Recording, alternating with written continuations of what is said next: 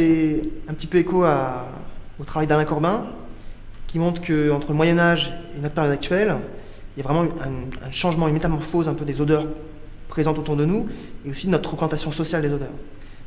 À l'époque de Grenouille, les odeurs qui prédominent, c'est les odeurs d'excréments, c'est les odeurs de moisie, de pourriture. Donc ce n'est pas des odeurs qui nous paraissent nous très agréables. Et petit à petit, avec le temps, avec l'architecture, le baron Haussmann par exemple, qui a participé à sa manière à structurer les villes, on a eu ces odeurs qui ont disparu au profit d'autres odeurs qui sont plus pures. Et finalement, un des paradoxes que souligne Alain Corbin, c'est qu'on vit dans un environnement qui est un vrai silence olfactif en tant que tel. Donc je pense qu'une des premières remarques de Grenouille, ce serait de dire mais ça sent rien ici dans notre environnement, ça sent rien du tout. Dans le vignoble, je pense que Grenouille il sentirait beaucoup de choses, en particulier il serait attentif à la terre et à la capacité qu'on a à faire vivre la terre.